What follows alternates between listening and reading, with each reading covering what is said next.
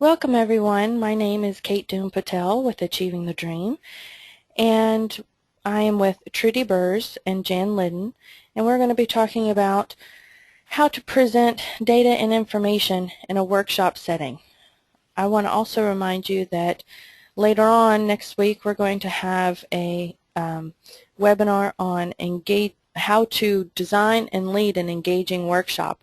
Both recording of this webinar and of the engaging workshop webinar will be posted on the Achieving the Dream website under Dream 2014 and then call for workshop proposals.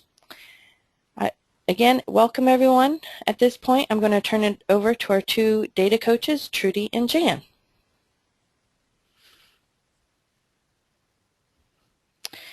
And actually, let me oh, sorry, Jan. If anybody has any questions as we go forward, I'm going to be looking for your questions. There should be a little question box on your GoToWebinar toggle, and you just type in your question there. I'll see it, and I'll interrupt the presenters when it's a good time and ask them the question so they can address their answer to everyone. Now, thank you, Jan. Thank you. We're going to start by reminding ourselves that this is an opportunity to both develop as well as to sharpen some of our skills. Achieving the Dream is one of the premier efforts to improve the use of data and understanding such that we are going to use that to guide our decision making and our actions regarding improving student success and transforming our institutions. In this webinar, we're going to try to cover three main topics, and we have a lot of material that is associated with these three objectives. We want to identify the primary story. You'll have a better idea of how you can use this in your own work. And then, of course, we will discuss ways that you can plan complementary visuals and handouts and using the appropriate graphics and narratives. This will take us into the first portion of the webinar, and I will cover the first part and Trudy will cover the second part. In this, we're going to cover a number of things about the considerations for a presentation, whether you should use paper or live presentations. There are some differences for each of these things. PowerPoint is a common method of presenting information, and there are, of course, numerous problems with it, as well as, of course, it's a very useful tool. We're familiar, of course, with graphs and visuals and tables and that sort of thing that are effective, and this is a way for us to present that information and to remind us of good ways or better ways of doing this kind of thing. As you get prepared for any presentation, there are a whole lot of considerations as you decide what and how to present material. You need to think about your audience. Are they, for example, policymakers or a board versus decision makers or administration, faculty or staff, perhaps peers like our Achieving the Dream peers when you're at the Dream Conference. What's the purpose of what you're trying to do? Are you trying to inform people or maybe persuade them about something? Are you trying to educate them? This may be very new information for them. Maybe there's a story or a key message in every piece of material that we present. So think clearly about what the key message is in your data. What's the setting? Is it in a conference presentation or maybe it's a working session? Do you have visual media or other kinds of methods that you can use, or are you going to use a handout, or are you going to use both something like a PowerPoint or a Prezi or some other kind of thing and a handout with it? Ultimately, what you really need to think about is what the 1 to 4 takeaways are for the audience. Keep it to no more than 4, and even that's pushing it a bit. For this, I'll remind you that there are 3 takeaways. We want you to know better how to identify and tell the story that you're trying to convey, trying to present the complementary visuals and handouts, and use the appropriate graphics and narratives. We know that there are some different things that you can present on paper. You can present far more detail in something that you can hand out to people to read later or to read at a different point in the process. These include things like screenshots of URLs or other links, documents like policies and contracts, or even exercises for a workshop. By contrast, things that work on screen are usually only those things with the visual display of the main points. Here, for example, is a graph. Graphs are usually a very common thing that we use in presenting information, and this one has a couple of key points over a period of time, which shows a trend and some comparisons. Photos are another way to illustrate a story, and they can be very effective. Consider using photos in some cases instead of some of the tables or graphs, because they actually are quite interesting and help draw the eye to some of these things. Another thing is a video clip. I'm hopeful that you'll hear this one. Somehow it went through very quickly. Okay, this very short video clip really didn't have the substance for our presentation today, but I think when you're in a presentation, a video clip can be a very useful way to convey some material to an audience that uses another person or another example of something that you wouldn't be able to present as effectively. But keep it to a reasonable length. No one wants to sit and watch a full-length movie when you're trying to do a presentation. Another thing is that we need to think a little bit about some of the issues of problems with PowerPoint. Almost all of us have sat through some kind of a presentation that has had somebody actually reading out loud every single slide, word for word, and making us all wish we could just die. One of the problems with a lot of the PowerPoint slides is they use too much text, and so you're sitting there straining to try to read it all. Here's a real example.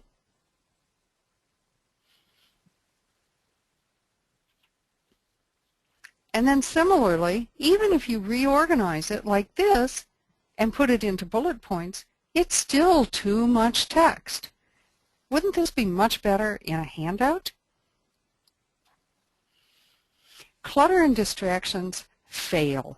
They do not convey the story. They don't convey the information effectively in a presentation because people are going to examine the clutter, the excessive text, and the other things rather than paying attention to what it is that you're trying to get them to really heed. Here's another one that is a failure. Watch what's happening here. As the slide or the material moves onto the screen, these kinds of fade in, fade out animations are oftentimes very distracting. Don't use these kinds of things. Just because you can does not necessarily mean that you should do them. Yes, they're available in PowerPoint. They're commonly some things that people like to do. I don't think they're particularly effective. Better to have them simply appear if that's the method by which you want to convey the material, but to have them drag across the screen is actually more distracting than helpful. Another one is this. This actually conveys some pretty nice information, but it's got some excessive graphics and, frankly, quite a bit of clutter. I don't know that it really conveys what it is that's necessary in the ways that it should. Another thing is that's common in PowerPoint that we put in about 6 bullet points, and then we do them slide after slide after slide. We seem to have an innate fear that we're going to bore people, so we just limit it to 6, but even so, you have to stop and read them. It distracts you from being able to convey the information and to gain the interaction with people that you want to have. Moreover, when you are doing, and you do need to use text at various times, make sure you have parallel language. In this case, we start some of the lines with one form of a word and then another line with another form of a word.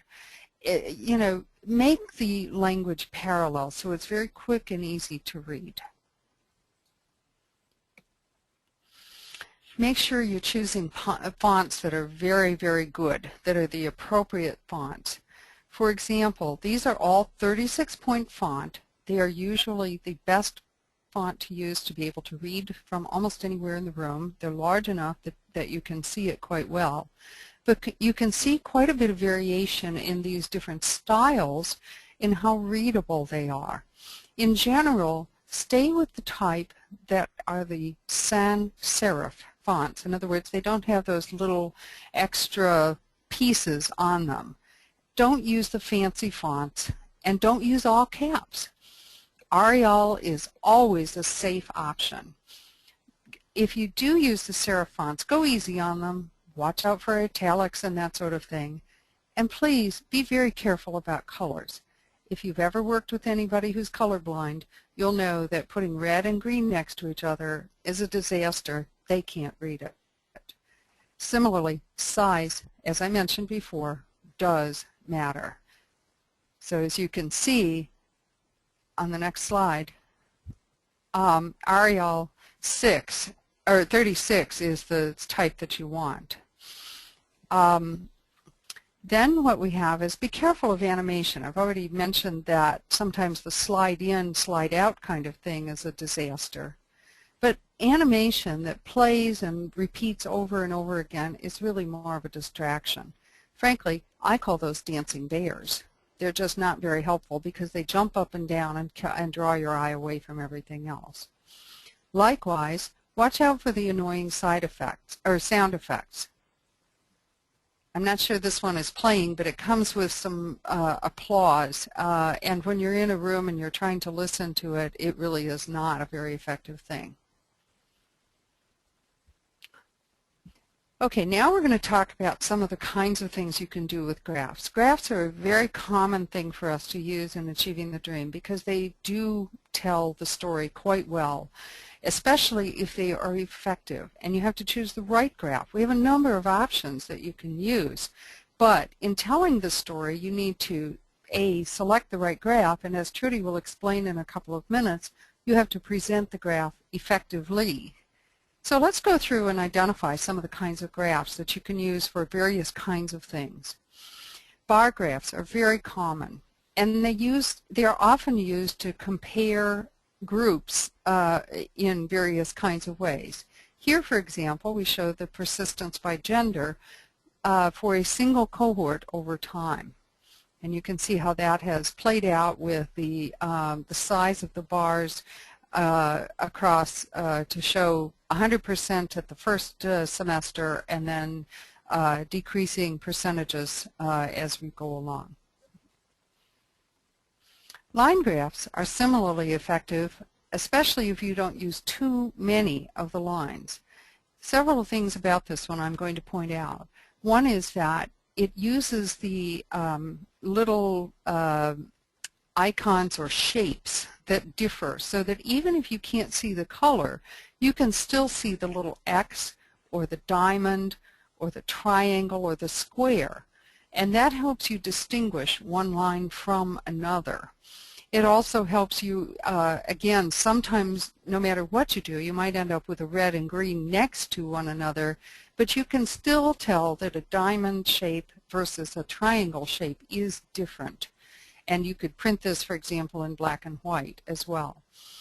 Another thing that this does is it works very well to show over time. Pie charts can be effective, and you have to use them in the right cases. They are only useful, really, for when you've got a part to the whole relationship. And remember, we read it much like you read a clock face in the traditional analog fashion, where you usually start by putting the largest slice from 12 o'clock around to, in this case, about what would be 5 o'clock. And then the next one from there, from about 5 to about 8 o'clock on the clock, and so on the rest of the way around. You can make sure that your legends always seem to follow in that same order so that the reader is able to see that very clearly as they're looking at the graph. However, Pie charts are never used for comparisons because your eye has to flip back and forth between these two.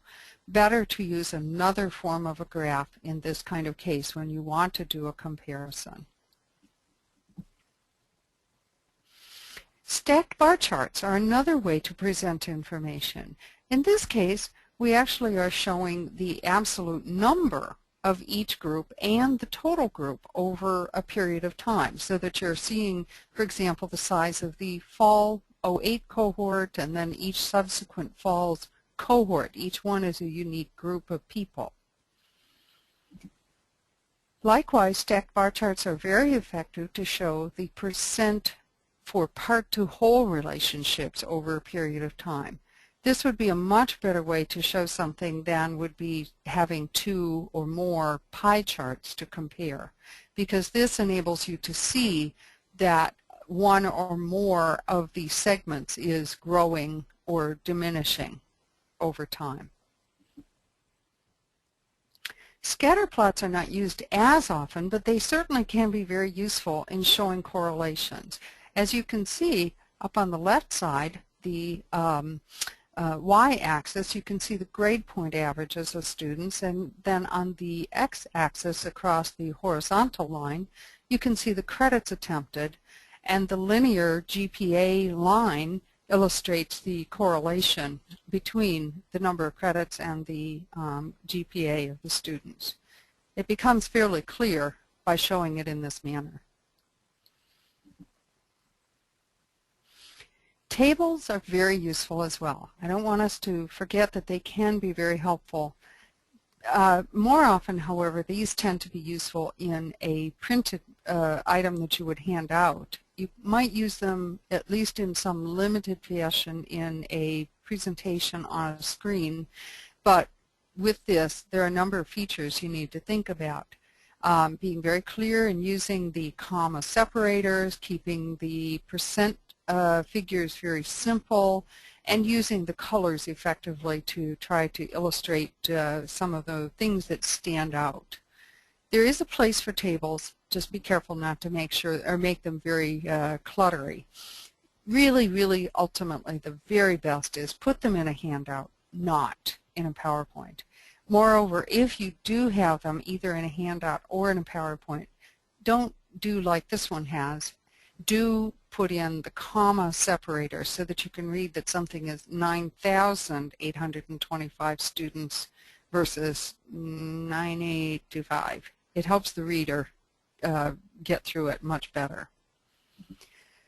Finally, as in this segment, beware of distracting backgrounds. Usually you're better off to have a very light background with a good deal of contrast with your print or text style in a PowerPoint. You don't always know what's going to be happening in the room that you'll be doing the presentation in, and so your best bet is to stick with something very simple. You will notice in our presentation we've avoided some of the little banner things that are common with maybe the college name or some other kinds of things. Those oftentimes it's fine to put them on the first slide and maybe the last, but stick with something fairly simple and straightforward, because then your story will come through. Now I'm going to turn it over to Trudy so that she can present some information in addition to what I've already covered. And Trudy, before you start, I would like to welcome folks that came on just a minute or two late. And as we go forward, please send in your questions using the little question box on your GoToWebinar toggle. If you just type in your question, I'll read them aloud to our presenters and they can address their answers to everyone. We have too many folks on the webinar right now to open up everyone's line. It would be a lot of background noise.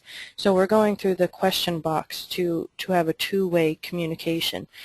Be thinking of your questions so we can get them all answered in a timely fashion. Thank you. Thank you, Trudy, for letting me interrupt. Not a problem, Kate. Welcome, everybody. We're going to talk now about examples of data presentations, or as Jan and I like to say, 12 ways to confuse your colleagues. You've probably all seen at least some, if not all, of these examples. Our first example is death by decimals.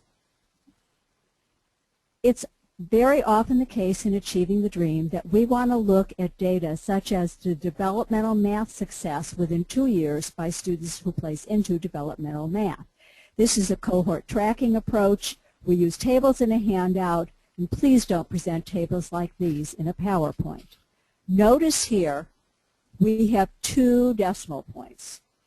We have the number of students by ethnicity and then by male-female. We have the number who were successful in attaining that gateway, and we have the percent success. Now we've eliminated the decimals. We've eliminated some of the clutter, and we think the story is clearer this way because the eye isn't confused by all those additional numbers. And now we've done even more, and we've eliminated the number of students who were successful because what we really want to focus on is the percent who were successful. And that percent, by implication, provides the number as well. But what's missing? The big picture. And here in the green bar, we have the data for all students who managed to place into developmental and ultimately succeed in their developmental work. A second common error is what we call dimension deception. Before I move to the next slide, I want you all to think about whether you've attended a presentation where people show 3 dimensions of data, either through a pie chart or a bar graph or something similar. Have you ever used 3 dimensions? Well, here we have an example based on the results of a survey about career and technical student organizations. What's important here for our purposes is not the actual percentages, but the way they were displayed in the presentation. Here we have a wonderful example of what not to do. It's hard to begin with all that's wrong with this particular graphic, yet it's the kind of graphic we frequently see. Let me hone in and show you in more detail. Here we have a segment of that chart. Now notice it was presented in 3D. The actual number is 46.46%, but the bar at the back end is much closer to the 60%. Or is it closer to the 42%? Where is 46% anyway? It's simply hidden. And what do we learn by the 0.46%? Isn't it 46% alone enough? Do we really need those extra decimals? Here we have another wonderful example of 3-dimensional data. Again, we're tracking the persistence of the fall 2007 cohort by gender. But look what happens to the males after the first 2 terms of tracking them. They simply disappear. They're behind, we don't know where, until they pop out here. And here is a real example done by a well-meaning faculty member who wanted to show outcomes by race ethnicity for different certificate programs and the Associate of Applied Science degree. Notice here all that's going on. We have logos, we have the information, we have 3 dimensions of data, we have the actual numbers inserted into these round 3-dimensional horizontal bars, we have a number of bars that look absolutely flat against the base. We've blown this up a little bit more to illustrate our points, but it's still very hard to understand what's really going on here. A third problem that often occurs in presentations is perplexing pie charts. Let's take a look at an example. The story here that we want to focus on is that more fall students attend multiple campuses than any one campus of this particular college. Here we have a pie that exemplifies a number of problems. It's 3D, so the 18% to the eye and the 36% and even the 12% seem a lot bigger because we see not only the top but the perpendicular area as well. And we've exploded every single segment. Exploding means that the segments are not touching one another, but there's space between them. And now we have eliminated the 3D, so at least we don't look at the 12, 18, and 36% and think that they're even larger percentages of the whole than they actually are. And now we've eliminated the exploding segments. By the way, if you really want to explode a segment of a pie chart, explode no more than one segment and make it the one that you're really focused on. And now we've eliminated the actual percentages, because our story, remember, is that more students attend multiple campuses than a single campus. But here's what we really want to say. 36% of all students attend more than one campus. That's the message in this particular illustration, and we don't even need numbers to demonstrate it. A picture works much better. We also find that image insanity sometimes takes over clarity in presentations. I bet you've all seen examples like this. We're looking again at the persistence of our fall 2007 cohort by gender, but we're enamored with a picture of graduates, and we've superimposed the graph on the background, and it's very hard to see the numbers and the terms and the real message of this chart, because what we're really focused on is the faces of the graduate, but that's not our story here. And here again we have the same chart. Notice here that we're also using colors that are appropriate in our culture. We know that females are typically portrayed with pink and males with blue. So what we're doing here is we are reinforcing cultural expectations by using the appropriate color. And color is a main issue with preparing presentations. Jan has already mentioned the danger in putting green and red together, because it makes it impossible for people with color blindness, and this is primarily males, to differentiate between the two. Think a minute in our culture. What does each color signify? Red often means danger, stop, debit, loss. Yellow often means caution, be careful, get ready to stop. Blue denotes or connotes success, something good. Think about a blue ribbon. Green suggests go, also something good, a profit, a revenue gain. And purple is perhaps the most problematic of the colors. We think royalty, we think well done, but it doesn't have quite the same cultural connotation as some of the other colors do. Here we have again the persistence of the fall 2007 cohort by gender, but notice the colors we've used. There is no help in the colors in helping us differentiate males and females, and we go back again to the use of the commonly accepted colors. Here we have an example from the Community College Survey of Student Engagement of the percentage of students who said they received prompt feedback from instructors on their performance. But look at the color choices here. Yellow for very often is what we really want students to say, but we've chosen a color that suggests caution. Often, which is still a favorable response, is in red, a color that connotes danger, and then sometimes and never. So basically here what we have is colors that don't advance the story and in fact may confuse the story. Here we have changed the colors to be more in line with our cultural expectations, but we have green and red next to one another. We've put a little black line between the two, but that's going to be of only marginal assistance in helping colorblind people differentiate. So now we've gone to something very different. We are simply using tones of the same color, in this case purple, with the darkest tone to indicate our most positive response, the next lightest tone, the next most positive response, and so on. Notice here that we do not have the largest segment first. Often is the largest segment, but in this case we want the eye to see going from the most positive, to the most negative response. So our ordering of the segments here is based on the content rather than the size of the segment. For every rule in presenting graphs, there's often a way to ignore that rule to make the graph even better. And now we have points by pictures. We're going to look again at the results of some longitudinal research.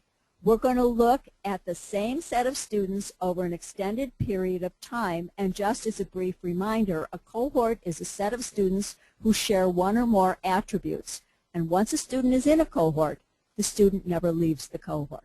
So here we go. We're going to reveal the realities of success by looking at how many persisted over time and how many eventually graduated. So for every 100 new students who entered XYZ Community College, full and part-time, only 72 returned the next spring, 54 came back the next fall, 32 enrolled 2 years later, and within 3 years, only 10 actually earned a degree or certificate. Now, if you look closely, you'll see another suggestion in this graph, and that is all of the graduates seem to be females. This graphic was actually borrowed from another college, expanded to include 100 students, and it wasn't until we started actually using it that people said, well, are all the graduates women? So our next step is to go back and either find another graphic or Photoshop in and out some males so it doesn't suggest that only females were successful. Another way to present data is to present them in the order that will help you best depict your story. Here we're comparing the average transfer rates. The horizontal axis is 100%, and we've alphabetized the college. College 01, College 02, College 03, and so on. So in a sense, we've alphabetized. My college is College 17. That's the college I really want to focus on, but it's pretty well lost in this presentation. So now we've changed, and we have changed the horizontal axis to 50%, and we're ordering the colleges from the college with the highest percent down to the lowest percent. My college is still 17. At least now I know where my college ranks in order, but it's still hard to pick it out. But by shifting colors, my college now pops out. This is the same graph, but by use of color, it's easy to focus now on College 17. But if you want to look at the data for a number of institutions by name, go back to the alpha order by college, but you may still put your college in a different color so the viewer can readily see which college it is. Here's another example. In English, we read from left to right, and we strongly urge you to array your data the same way. Here we have an example of data, a table. The percent of students meeting the general education objective communicate clearly in writing by race, ethnicity, by year. Here's the problem. The most recent year is first, then the next most recent year, and so on.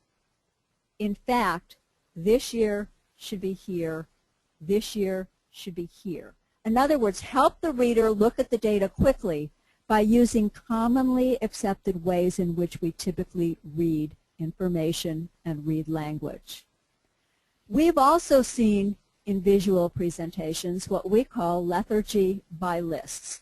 And by the way, if you are looking at this on a computer, you may not see issues with the data presentations because you're really close to the screen. But we invite you to look at this later in a fairly large room and then see what we mean by some of the difficulties in presenting visual data through PowerPoints in these ways. So here is my lethargy by lists. Here, USA Community College Articulation and Dual Admission Agreements, and we see a nice list of schools which is probably not readable in a large room. Here is our story. USA Community College has articulation and dual admission agreements with more than 30 colleges and universities. The list can be included in a handout.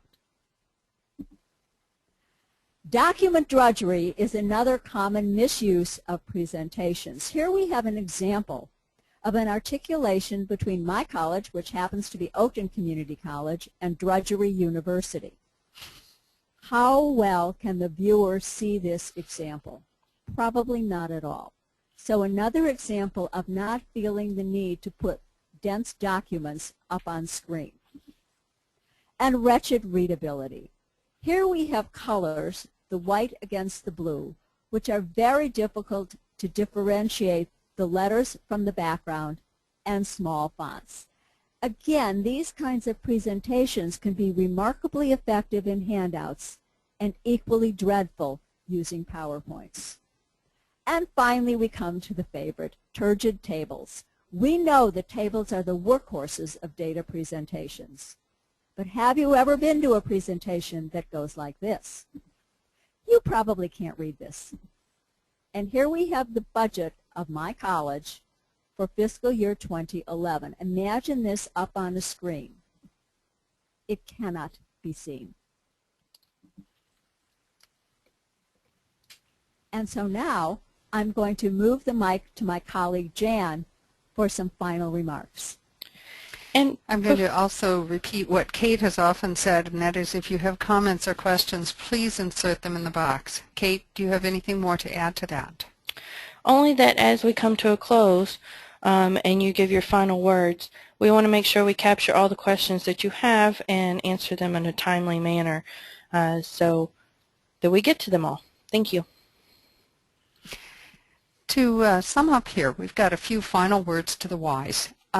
Remember that we started out with 3 objectives, and that is to remind you to identify the story, to plan complementary visuals and handouts, and to use appropriate graphics and narratives. We've gone through quite a number of things here, and there are a few final points to help you really refine and make your presentation look wonderful. We're very encouraging in achieving the dream of having many people involved in the efforts. Many hands, of course, do make light work, but ultimately when you come to doing a presentation and pulling it all together, make sure that you have one person who ultimately pulls it together, edits, and examines the whole thing for consistency and a common thread that helps you tell the story. Moreover, keep it simple. Remember, get to the point of what is the story, what are you trying to convey, and are you doing it in a manner that is going to help you accomplish the purpose that you're intending? Is it to educate, to inform, or to persuade? Don't screw around, don't mess around, don't go in loopy kinds of ways from A to B. Try to get from A to B because your listeners will appreciate it greatly. Well, I'm not sure I really need to say a lot on this one, except that when you get your slides up on the big screen, someone will see that typo or will see that grammar error or the wording error. A trick you can think of is to read your headlines and other key points backward. In other words, don't read them in the same order that you normally do, but go back through from the last word to the first and read them carefully. So now we have time for some questions, discussion. I'll turn it back to Kate. Well, we have a quiet group here. I haven't received any questions, so I encourage anyone with questions. Maybe you have a chart that you've been struggling with, or you know your group has a tendency to show data in a certain way and you would like to ask for alternative suggestions. Please use the question box in your GoToWebinar toggle. Type it in and I'll read it to our presenters and they can address the whole audience when they give their answer. I don't want to wait too long for your questions, so please go ahead and do so. Just for your information, if you joined us late or would like to share this webinar with your colleagues, we will be posting it on the Achieving the Dream website under Dream and then under the Call for Workshop Proposals. We will be doing that later this week.